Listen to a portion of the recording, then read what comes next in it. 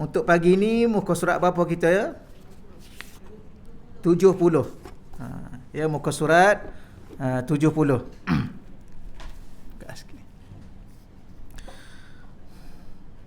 Baik, al-hadis as-salis wal ashrun. Al-hadisus salisu wal ashrun. Hadis yang ke-23.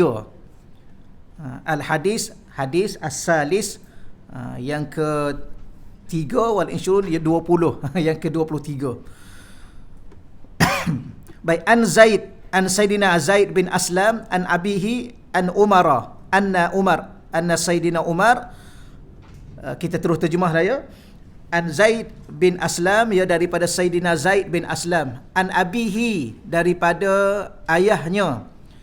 Anna Umara, bahawa sesungguhnya Sayyidina Umar kharaja ilal masjid yauman, ya, keluar dan pergi ke masjid yauman, pada suatu hari. Ini kalau bahasa Arab lah. Kalau bahasa kita, ya, pada suatu hari Sayyidina Umar keluar, ya, dari masjid. Ya, dia telah keluar dari masjid. Kemudian fawajada Muaz, ya, bin Jabal. Lalu Sayyidina Umar telah mendapati ataupun telah bertemu dengan Sayyidina Muaz bin Jabal inda qabri Rasulillah, ya, di mana Sayyidina Muaz bin Jabal itu berada di sisi kubur, ya, Sayyidina Rasulullah sallallahu alaihi wasallam. Ia beki, yang mana dia sedang menangis.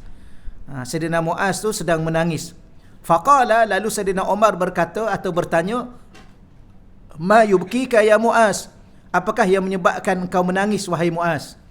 Qala, lalu beliau menjawab, yubkini, yang menyebabkan aku menangis ni, hadisun, ya, berkait dengan sebuah hadis, sami'tuhu, yang telah aku dengar, min Rasulillah, ya, daripada Rasulullah sallallahu alaihi wasallam, yaqul, di mana Rasulullah sallallahu alaihi wasallam bersabda, al-yasinu minar riya syirkun.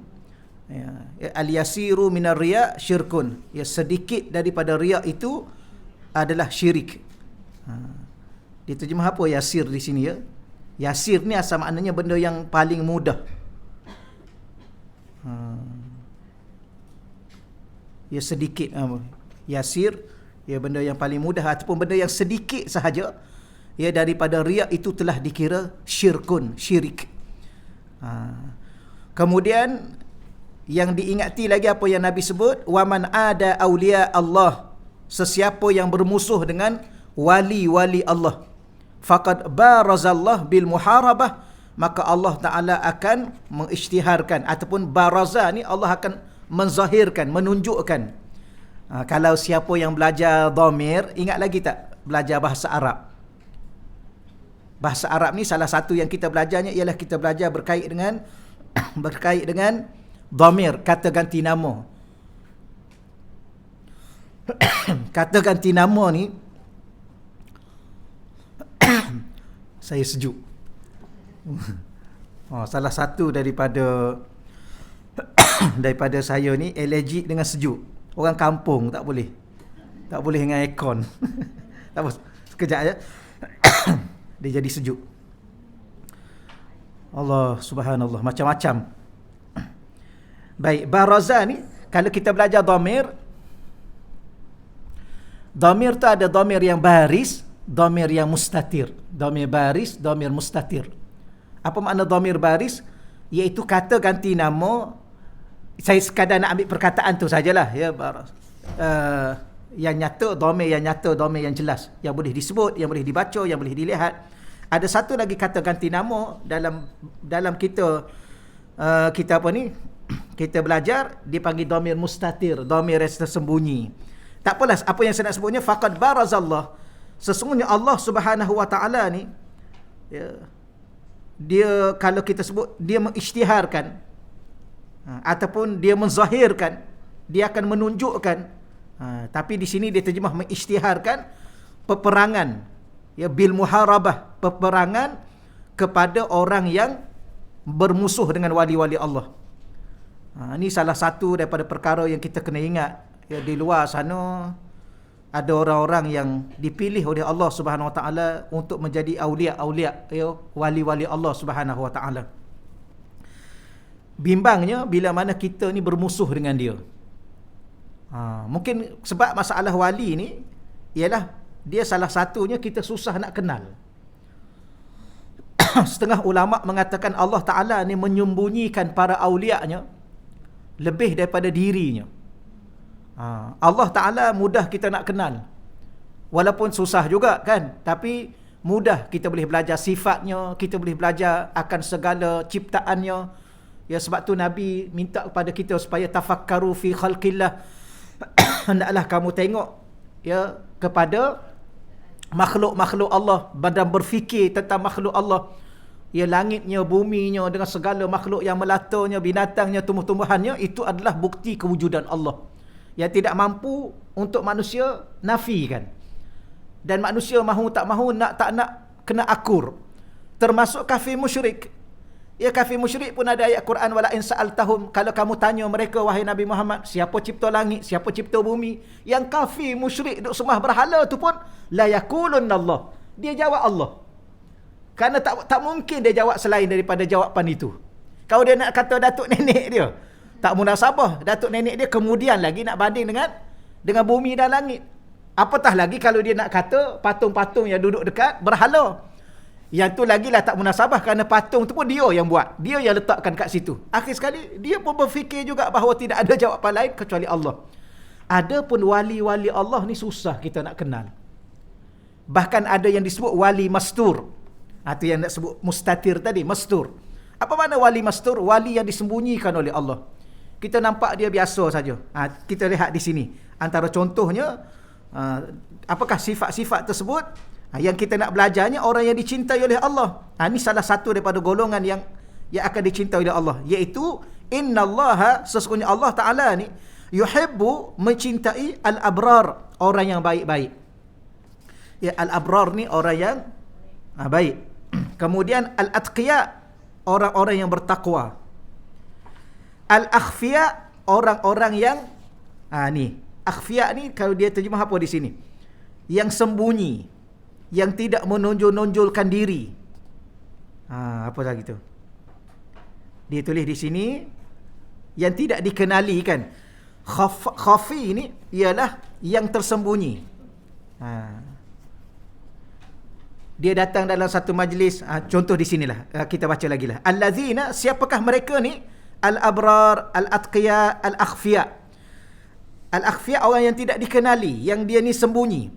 Siapa mereka? Allazina, mereka adalah orang-orang yang in ghabu lam yutafaqqadu. Apabila mereka ni ghaib, mereka ni tidak ada. Ghabu tu mereka tak ada. Dan mereka ni tidak kita rasa kehilangan. Ya, kalau dia tak ada, tak adalah. Tidak kata, dah mati dah dia, satu dunia bercakap pasal dia. Tak ada. Ya, dia matilah. Wa in hadaru lam yu'rafu, kalau dia hadir, contoh dia hadir dalam majlis kita ni, lam yu'rafu, dia tidak dikenali. Kalau dia tak datang pun orang tak tanya dia. Kalau dia datang pun orang tak kisah dengan dia. Ni ya. Qulubuhum masabih al-huda. Ya, qulubuhum masabihul huda. Hati mereka diibaratkan pelita. Masabih ni jamak kepada misbah. Misbah tu satu pelita. Masabih beberapa pelita. Maknanya hati dia, seketul hati dia ni seumpama pelita-pelita yang menerangi dengan cahaya hidayah. Yang mana cahaya hidayah itu yang muncul daripada setiap penjuru bumi yang gelap. Yakhrujuna, yang mana cahaya hidayah daripada hati mereka itu, yakhrujuna, keluar, kalau kita sebut bahasa asalnya, yang muncul min kulli ghabra'il muzlimah, daripada penjuru bumi yang gelap. Siapa mereka ni? Adalah awliya-awliya Allah yang hati mereka penuh dengan cahaya hidayah. Siapa yang duduk dengan mereka akan mendapat hidayah, akan dilimpahi dengan cahaya hidayah. Ini wali-wali Allah Subhanahu wa ta'ala. Baik, kita baca syarah dia sebelah tu dulu. Kita hurai satu persatu insya-Allah. Muka surat 72. Hadis ini mengandungi peringatan yang penting tentang bahaya riak. Riak. Ada kat bawah tu, dia ada nota kaki sikit, tu boleh kita baca ambil manfaat. Apa makna riak? Walaupun kita dah faham dah makna riak, Maka dia tulis di sini, riak bermaksud melakukan atau meninggalkan suatu ibadah kerana selain Allah. Ia bertujuan diperhatikan oleh manusia. Dia ada dua situasi. Selalunya kita belajar apa makna riak, buat ibadah nak tunjuk-tunjuk. Pun betul juga riak. Satu lagi, meninggalkan ibadah takut orang tengok. Pun juga riak. Contoh kita nak solat kat masjid. Nak solat apa? Solat sunat. Tapi tak jadi nak solat. Sebab apa? Takut orang tengok. Itu pun riak. Ini dalam makna yang lebih luas. Ada satu takrif lagi. Kalau kita baca kitab-kitab yang lain. Dalam kitab Tanbihul Ghafilin pun ada. Salah satu takrif riak ni, apa pengertian riak? Riak ni ialah meninggalkan ibadah kerana manusia, itu riak. Nak buat ibadah tak jadi. Nak berzikir tak jadi. Takut orang tengok. Nak baca Quran tak jadi, takut orang tengok. Itu riak. Habis, kalau melakukan ibadah itu kerana orang, itu bukan lagi riak. Itu kufur. Kerana sudah beribadah tapi untuk orang. Itu dah lain dah kedudukan. Ada juga takrif yang seumpama itu. Sebab tu di sini merupakan satu benda yang dikatakan terlalu amat bahaya bila mana seseorang itu ada riak dalam diri dia. Kerana dia boleh membawa diri dia kepada kebinasaan yang begitu bahaya sekali. Sehingga disebut kufur dan syirik. Syirik tu syirik apa? Yang dinamakan syirkul khafi, syirik yang tersembunyi di dalam diri seseorang yang dia tanpa sedar. Tapi syirik ni tidak menjatuhkan dan menggugurkan akidah. Jangan pula, Tuan pernah syirik ke Tuan? Pernah. Tak ada dah akidah Tuan. Sebab riak tu adalah syirik. Bukan, syirik di sini ialah syirik kan ada dua. Satu nama apa syirik? Syirik jali. Ar-syirkul jali. Syirik yang nyata, yang terang, yang jelas. Itu syirik yang nyata, yang jelas ialah syirik menyembah berhala. Atau menyembah selain Allah. Terang-terang. Dia sembah pokok. Kadang-kadang orang kata sembah berhala, dia tak sembah berhala, dia sembah pokok Ustaz. Ada setengah tu dia tak sembah pokok, dia sembah lembu. Selembah selain Allah, beribadah kepada selain Allah, itu syirik yang nyata. Yang itu menggugurkan akidah. Yang keduanya ialah beribadah kepada selain Allah. Untuk tunjuk kepada selain Allah. Riak, dalam bahasa mudahnya kita sebut riak, maka itu adalah syirkul khafi. Syirik yang tersembunyi. Dan syirik tersembunyi ini dia tidak menggugurkan akidah, tetapi dia meletakkan kedudukannya dalam keadaan yang begitu sekali bahaya. Kerana apa? Kerana kita akan baca ada hadis kat bawah tu insya-Allah. Yang keduanya, peringatan yang paling penting juga ialah berkait dengan memusuhi para wali Allah. Dia ada juga tu nota kaki kat bawah tu.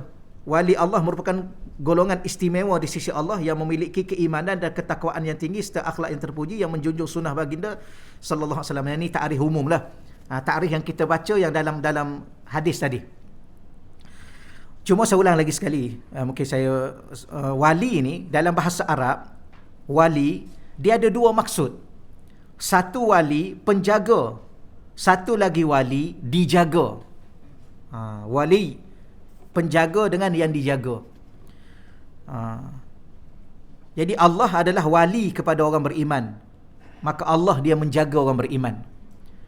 Dan orang beriman tu adalah wali Allah yang dijaga oleh Allah. Dalam surah Al-Baqarah juzuk yang ketiga, Allahu waliyul ladzina amanu yukhrijuhum minadh dhulumati ilan nur. Ingat ayat tu ya? Allahu waliyul ladzina amanu yukhrijuhum minadh dhulumati. Saya pun tak ingat ayat yang keberapa. Ya. Nanti saya tengok balik insya-Allah. Allahu waliyul ladzi, Allah ni adalah wali kepada orang-orang beriman. Apa makna Allah ni wali kepada orang beriman? Iaitu Allah Taala yang menjaga orang-orang beriman. Sebab tu ulama mengatakan orang beriman ni semua wali Allah yang dijaga oleh Allah. Tapi wali ni dia ada maqam dia, dia ada martabat dia. Tapi walau bagaimanapun sesiapa yang bermusuh dengan orang beriman ni, tunggulah dia, Allah bermusuh dengan dia. Allah akan isytihar perang kepada dia. Sebab tu kalau kita nak apa ya? Kalaulah kalau nak bergaduh tu kita kena pilih juga orang. Ya ke? Saja saya kata. Nak bergaduh ke? Nak. Pilih, jangan ikut suka dengan siapa pun kita nak bergaduh, jangan. Ya. Tambah-tambah kita bergaduh dengan ulama. Bergaduh dengan para alim ulama.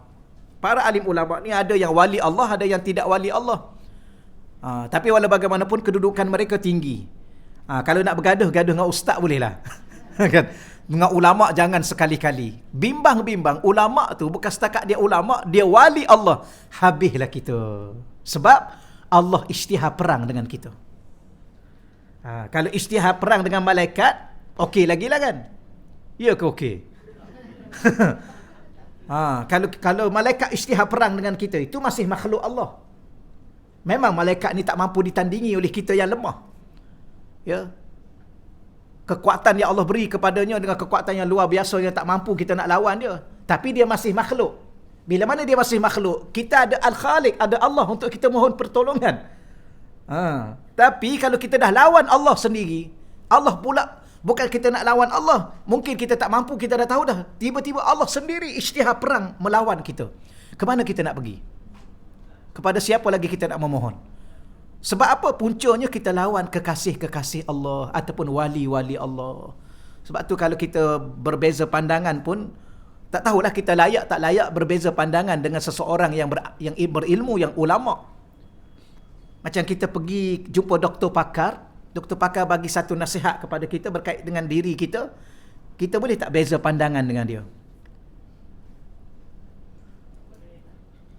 Layak tak kita? Kita ni pesakit. Ya, pergi jumpa doktor pakar bagi nasihat kat kita, kita kata saya tak berapa setuju dengan pandangan doktor. Saya ada pandangan saya sendiri. Boleh? Ya? Bincang untuk kita. Untuk kita bagi pandangan pada dia bagaimana nak ubat kita.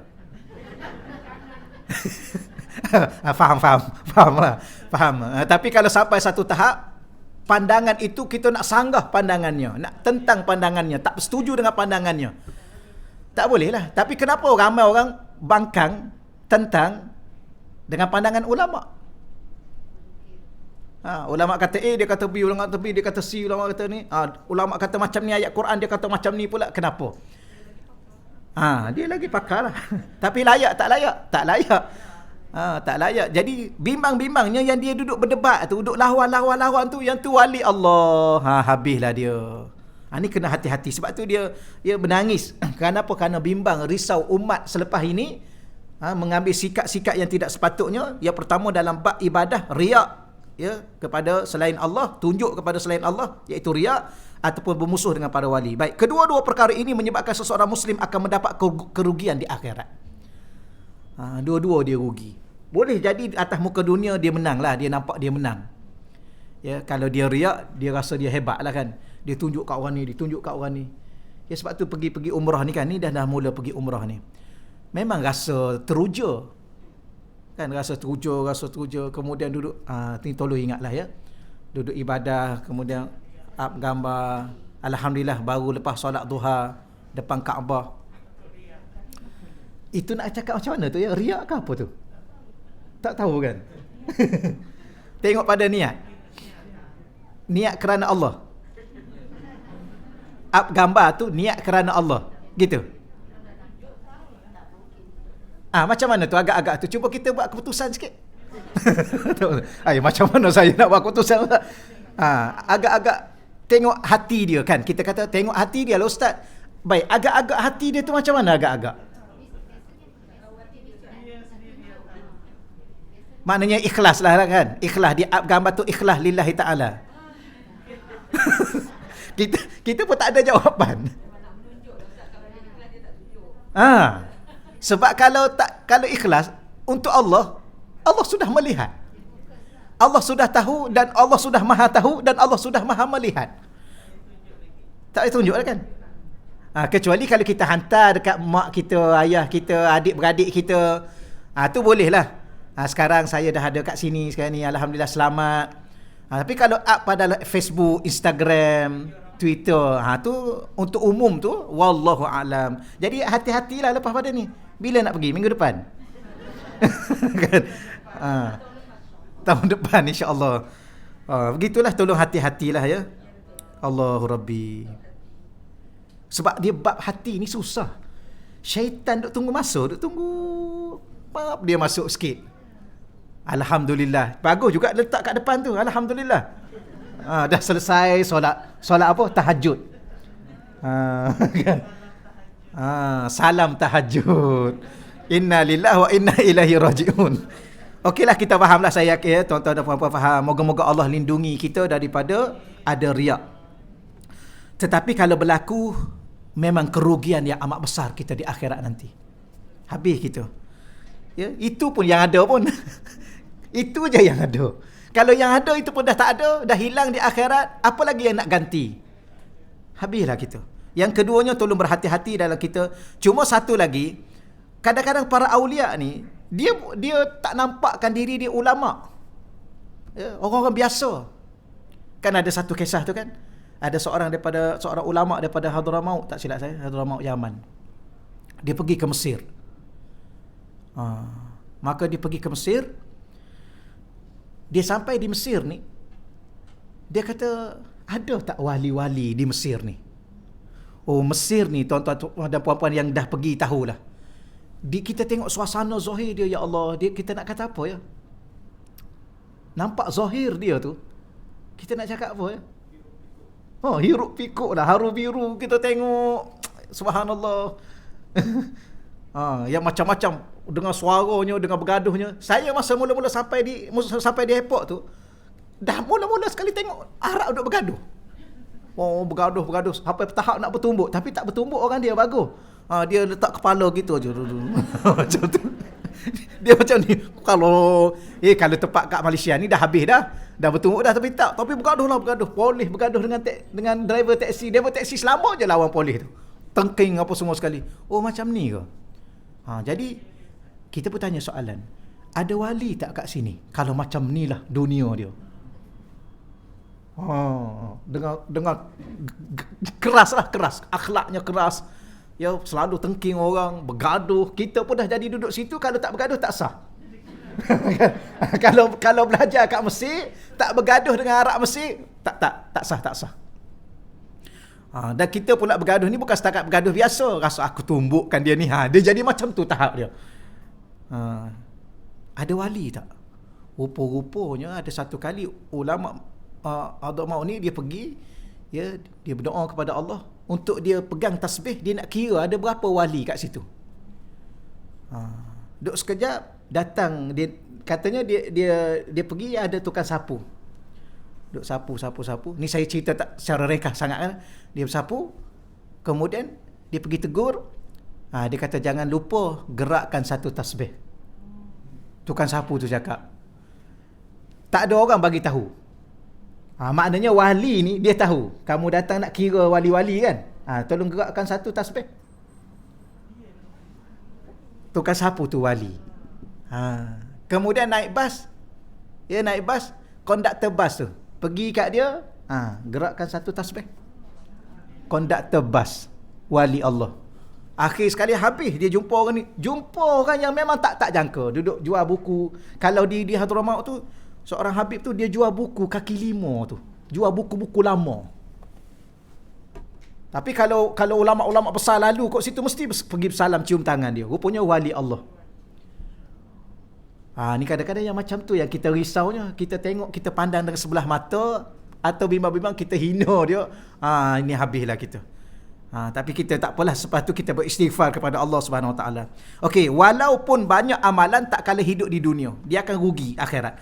Bahayanya penyakit riak ini digambarkan oleh Sayyidina Nabi sallallahu alaihi wasallam, itu baginda Nabi sallallahu alaihi wasallam dalam hadis yang diriwayatkan oleh Sayyidina Mahmud Ibnu Labib radhiyallahu anhu. Nabi mengatakan, inna sesungguhnya akhwafa ma akhafu alaikum. Akhwafa ni yang paling aku takut. Akhwafa ni yang paling ditakuti, ma akhafu alaikum yang paling aku takut berlaku ke atas kamu. Tapi dia terjemah ringkasnya, sesungguhnya perkara yang paling aku takut terjadi kepada kamu, asyirkul asghar, syirik kecil. Qalu, lalu sahabat Nabi bertanya, wa ma syirkul asghar ya Rasulullah? Apakah syirik kecil wahai Rasulullah? Qala ar-riya. Maka disebutnya ialah riya. Yaqulullah azza wa jalla lahum yaumal qiyamah. Maka Nabi menceritakan bahawa Allah Subhanahu Wa Taala berfirman kepada mereka, kepada orang-orang yang riak itu pada hari kiamat. Ya, lahum iza juzia nasu bi amalihim. Apabila diberi ganjaran-ganjaran pahala kepada manusia. Ada dia tertinggal kan ya? Tertinggal dia punya terjemahan. Saya ulang lagi sekali dalam bahasa Arab tu ya. Bila mana sahabat Nabi tanya apakah yang dimaknakan syirkul asghar, dimaksudkan Nabi kata riya. Yaqulu azza wa jalla, lalu Allah azza wa jalla berfirman pada hari kiamat. Bila Allah berfirman tu, iza, ketika waktu manusia-manusia itu diberi balasan bi'amalihim, akan amalan-amalan mereka. Ada terjemah yang tu? Tak ada kan dalam tu? Tak ada dalam tu. Apa yang Allah bagi tahu di saat diberi balasan ganjaran pahala, Allah halau manusia tersebut, idhabu, pergilah kamu, ilal ladzina, kepada orang-orang yang kuntum, adalah kamu, turauna fid dunya, yang kamu tunjukkan amalan kamu ya kepadanya di dunia. Di situ baru dia terjemah. Dia ada tertinggal terjemahan tu. Terjatuh terjemahan. Tu kena belajar bahasa Arab tu. Kalau tidak tertinggal. Bila Allah halau ni, di saat Allah himpunkan manusia di pada mahsyar, ya, di saat Allah nak bagi ganjaran-ganjaran pahala, maka termasuklah yang riak-riak ni pun tunggulah pahala. Ya, dulu duk tunjuk kat orang, sembahyang tunjuk kat orang, qiyamul lail tunjuk kat orang, baca Quran tunjuk orang, sedekah tunjuk pada orang. Bila mana balik akhirat nak minta dengan Allah, maka Allah halau, idhabu, pergi kamu, ilal ladzina, ya, kamu nak pergi ke mana? Sila kamu pergi kepada orang-orang yang kamu tunjuk amalan kamu di dunia dulu. Fanzuru hal tajiduna indahum jazaa, maka di situ kamu tengoklah, kamu lihatlah, adakah kamu mendapat ganjaran di sisi mereka itu kerana mengharapkan perhatian mereka. Dulu tunjuk kat siapa? Tunjuk kat imam. Pergi minta dengan imam. Imam tak salah, jangan salah imam pula. Kita yang duk sembahyang tu, ya, masa imam tak ada, punya laju. Masa imam ada, rukuk pelan-pelan. Betul ya? Masa orang tak ada, baca punya laju Quran. Depan orang, punya perlahan, lagu-lagukan lagi. Tu macam mana tu? Contohnya.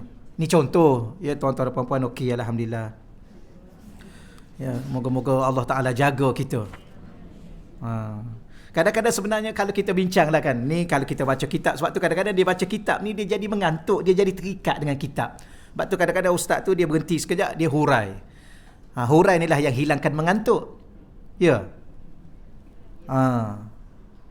Contohlah, kita nak riak apa? Cuba tanya soalan pada diri kita. Aku nak tunjuk apa? Nak tunjuk solat. Banyak ke solat kitanya yang nak tunjuk kat orang tu? Sempurna ke solat kita? Nak tunjuk ni, biar tunjuk yang betul-betul. Kalau betul nak tunjuk, agak-agak berapa rakaat semalam? Saya semalam ustaz 100 rakaat. Tu baru puas hati kalau nak tunjuk. Tulis kat Facebook tu, alhamdulillah semalam 100 rakaat qiyamul lail. Tu baru betul. Ni kalau sekadar 2 rakaat, 10 rakaat, tak payahlah buat malu je. Ya. Nak tunjuk bacaan Quran.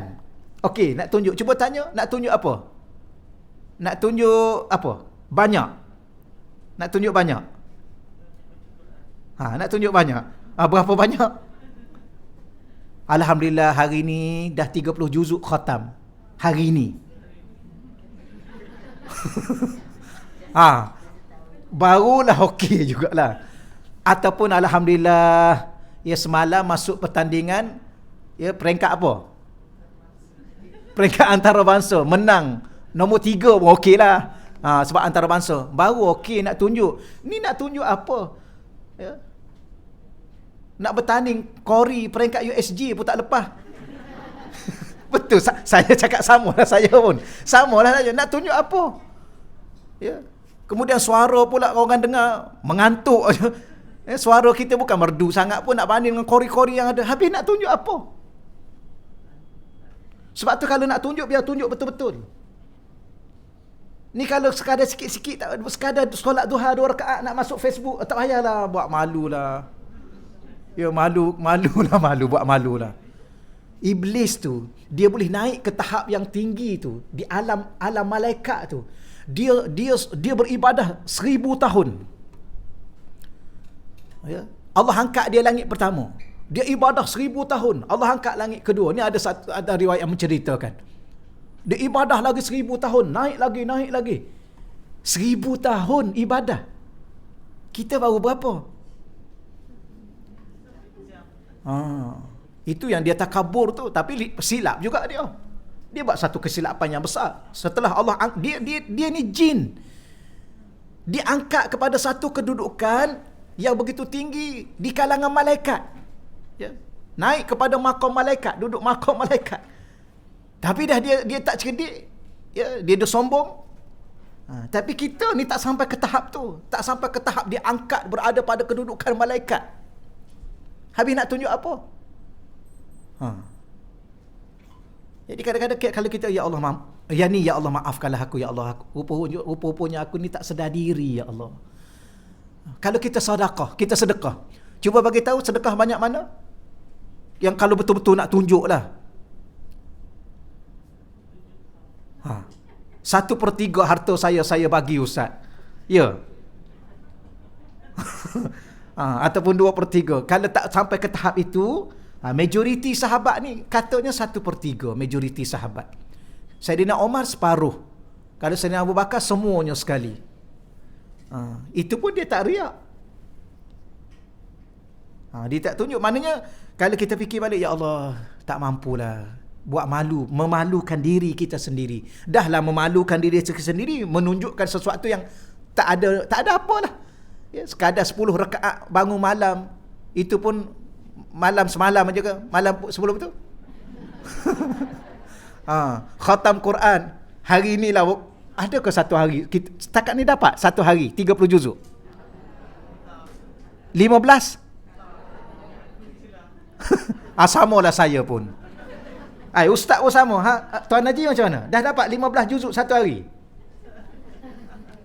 Kalau 15 juzuk pun tak dapat juga kita nak tunjuk-tunjuk kat orang. Habis apa yang kita nak tunjuk? Sekadar kita memalukan diri kita sendiri di dunia, sampai akhirat Allah halau kita, lagilah malu. Depan-depan ramai Allah halau. Pergi kamu. Idhabu. Pergi kamu. Kita nak letak mana muka kita hari tu? Pergi ke mana? Pergi cari orang yang kamu tunjuk dulu. Kamu tunjuk kat siapa dulu? Ya, kamu tunjuk kat Facebook kan? Siapa pemilik Facebook? Nama dia apa? Mak apa nama mak apa tu? Pergi. Mak apa tu Haji? Saya pun nak sebut tak pandai. Pergi tunjuk kat dia. Subhanallah, benda-benda begini ni, subhanallah, memang memalukan kita di akhirat nanti. Itulah yang Nabi sebut. Moga-moga Allah Ta'ala menjaga diri kita, insya-Allah. Muka surat 73. Maka berwaspada juga terhadap sikap memusuhi para wali Allah, kerana ia mendatangkan kemurkaan Allah. Allah murka di dunia lagi orang-orang yang memusuhi wali Allah. Tiada kejayaan bagi seorang yang memusuhi para wali Allah, walaupun dengan banyak ibadah dan tinggi pengetahuannya, kerana dirinya telah diisytiharkan perang oleh Allah. Ya, wal-iyazubillah. Moga-moga Allah lindungi kita semua, anak cucu kita, ya, daripada tersilap langkah, ya, kita bermusuh dengan para awliya Allah. Perkara ini ditegaskan oleh Allah sebagaimana firman-Nya di dalam hadis kursi. Hari ini minta maaf, kita bukan nak ta'assub, ya. Tapi saya adalah rezeki Ustaz Azian. Kan Ustaz Azian ada lagi kat sini. Dia imam kat sini lagi. Tak ada dah. Saya masa saya pergi kali kedua ke jumpa dengan Ustaz Azian di sana. Ya. Kita tengok sendiri. Dan kalau puan-puan boleh pergi ada masa, kita tengok sendiri di tempat tu wali-wali Allah. Dulu kita kata macam mana nak jumpa wali Allah, ya. Tapi bila mana kita duduk di Tarim ni, Madinatul Aulia, bandar para wali. Saya ni nakal jugalah. Ya. Puan-puan okey kan? Tuan-tuan. Kesama gitu. Kadang-kadang hati kita ni kan nakal.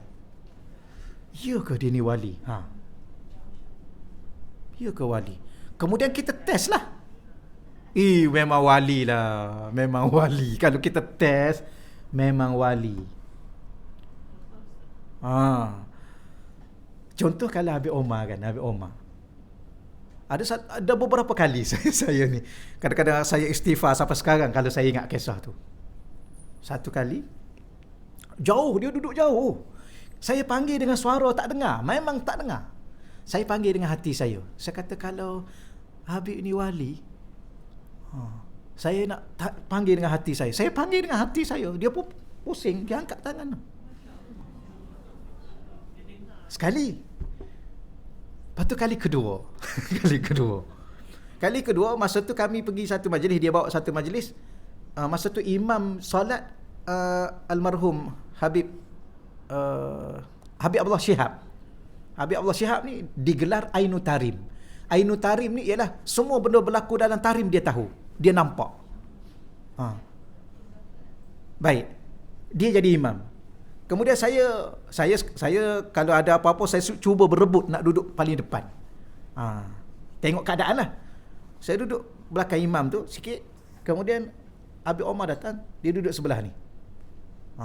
Saya pun nak bersalam dengan dia. Kerana kita ni kalau boleh bersalam dengan guru memang macam mana nak bersalam? Orang dah iqamah ni. Saya pun cakap dalam hati saya. Saya kata, Habib, saya nak bersalam lah. Dia pun tengok. Dia salam. 2 kali. Kemudian ada sekali lagi. Kita ni, ya ke? Lagi sekali.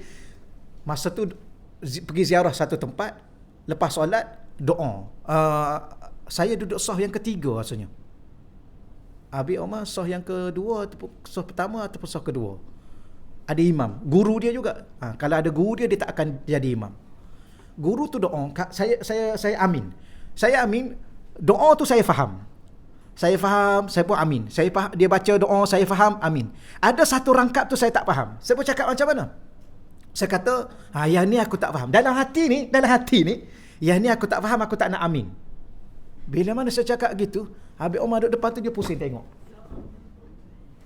Dia pusing tengok kat kita, dia tengok. Saya pun tunduk. Amin.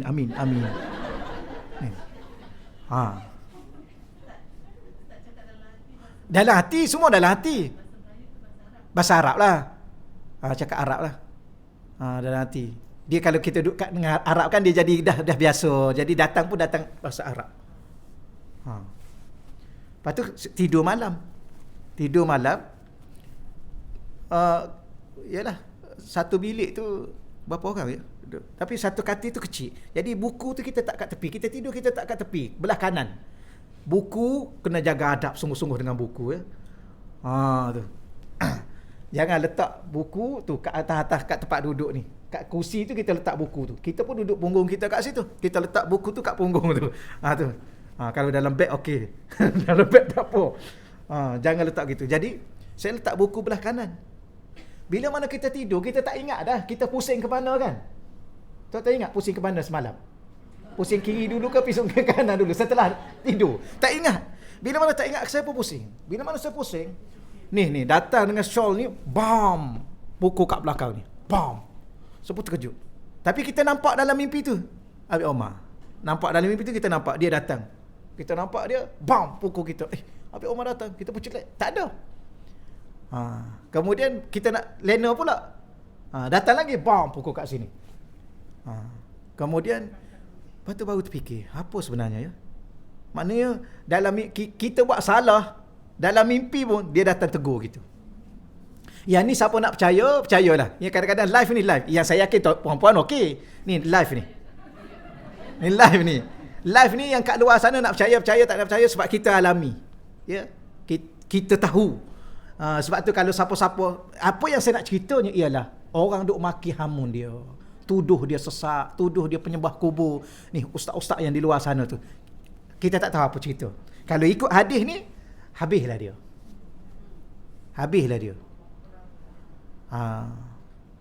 Banyaklah kalau kita nak cerita sebab kita duduk situ.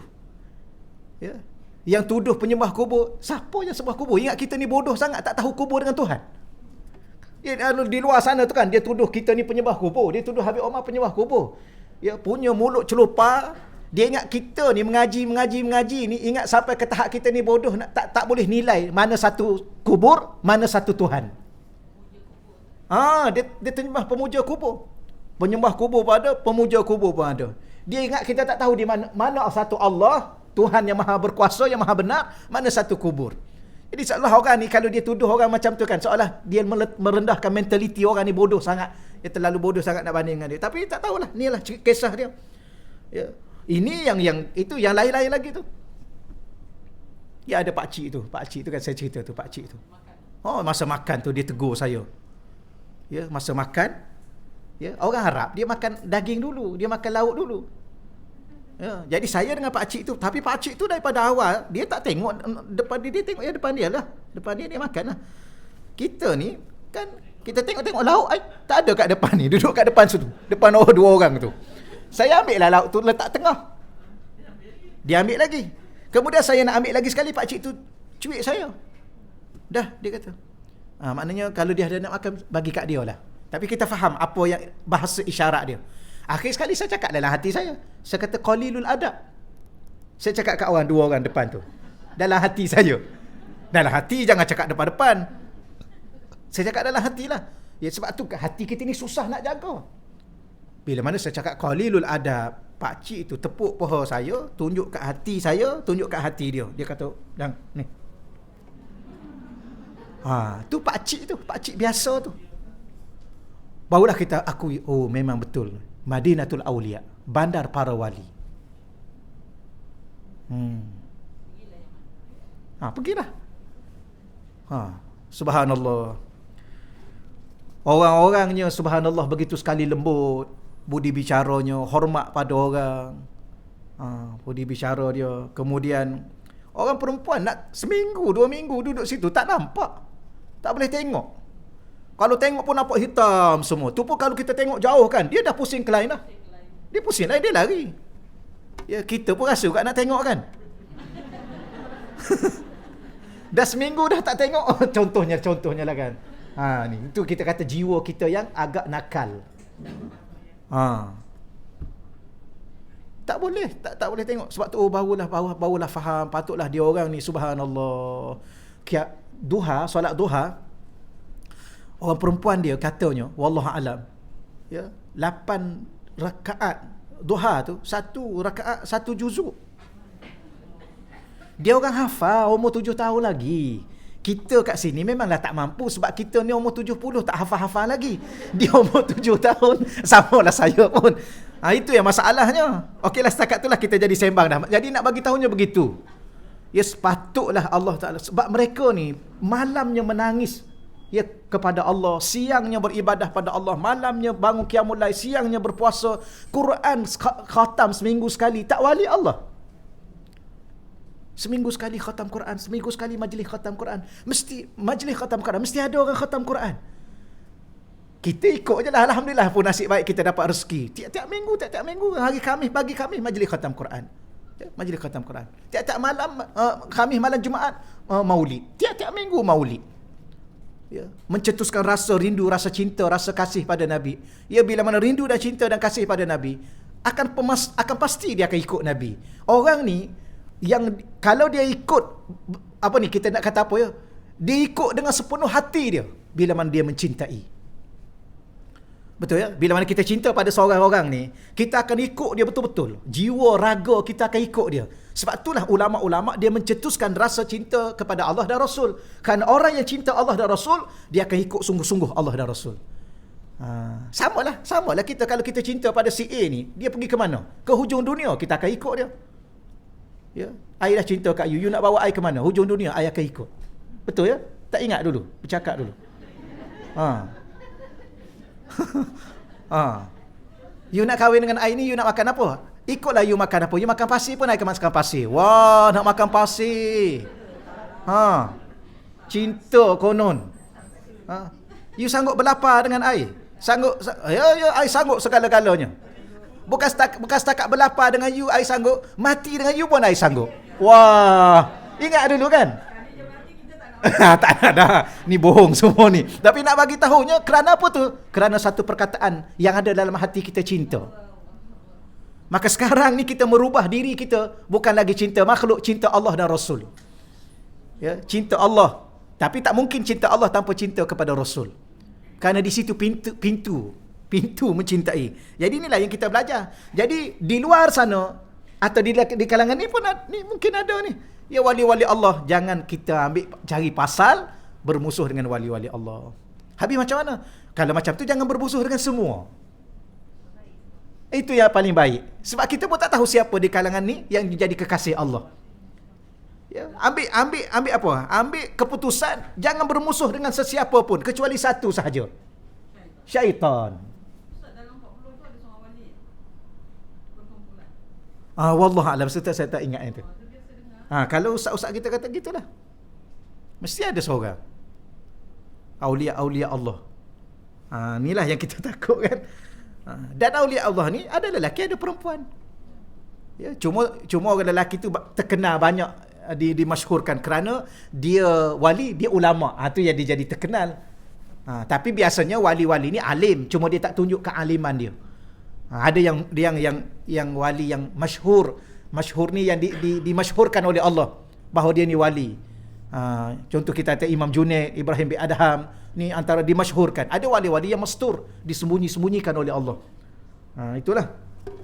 Tapi jangan sampai kita rasa kita wali. Tu jangan. Aku rasa ni wali dah. Tu jangan. Ya, kerana wali ni dia tak mengaku dia wali. Wali nikah kena. Wali nikah kena mengaku. Siapa wali ni? Anak perempuan ni siapa wali? Jangan pula warak nanti mengaku wali pula. Ni wali. Tapi kalau wali Allah Ta'ala tu jangan kita rasa diri kita wali dan jangan kita sebut kepada orang bahawa kita wali. Ya, man qala lahu syai' fa laysa lahu syai'. Siapa yang mengatakan dirinya berada pada satu kedudukan, dia tidak lagi berada pada kedudukan itu. Kalau dia rasa dia alim, di sisi Allah dia tidak lagi alim. Kerana orang alim dia tidak akan mengatakan dia alim. Ya. Kau yang duk mengaku saya lah alim, saya lah pakar, saya lah tahu, saya ini bukan dah. Dia cari orang lain lah. Ya, kerana orang alim ni dia tawaduk. Begitulah wali-wali Allah. Ya, dia tidak akan mengaku dia wali. Okey, kita baca lagi di sini. Ya, sini lagilah terang-terang Allah sebut perkataan.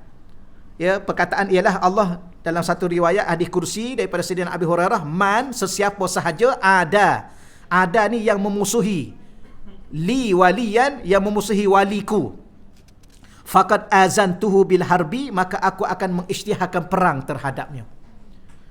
Allah, ya, hadis ni hadis sahih Imam Bukhari.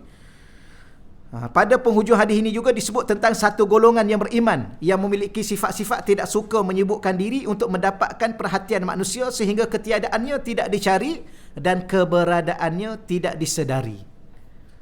Ini satu golongan yang dicintai oleh Allah Subhanahu Wa Taala.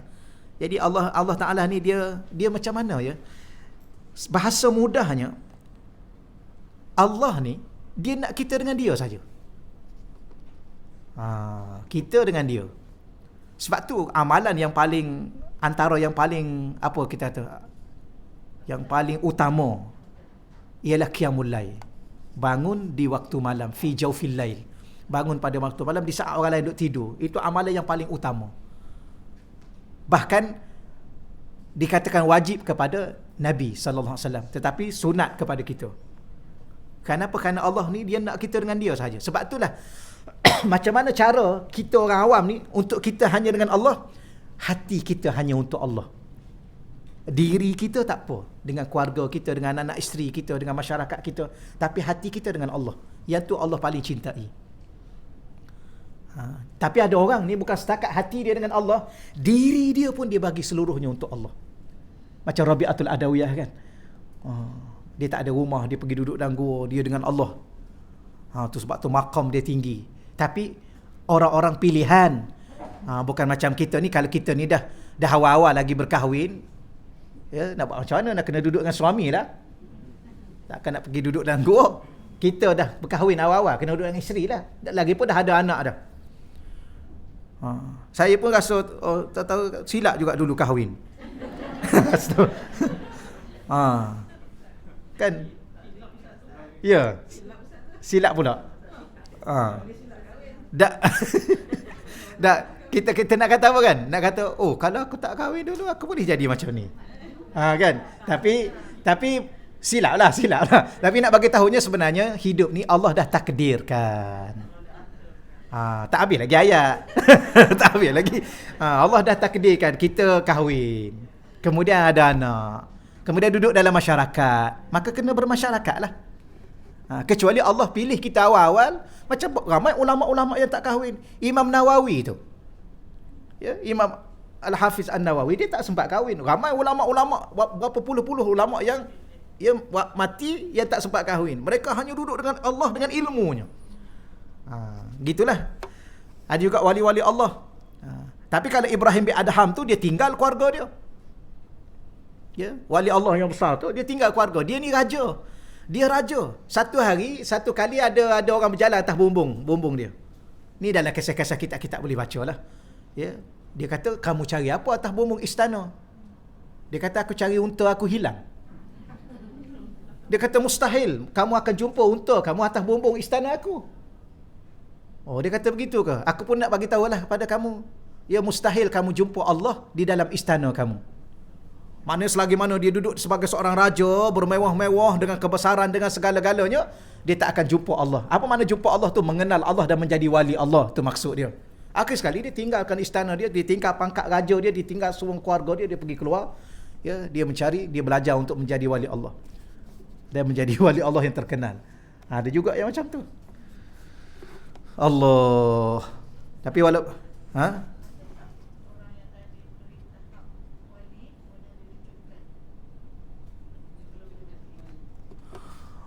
iaitu wallah alam. Saya tak itu, nanti saya rujuk baliklah.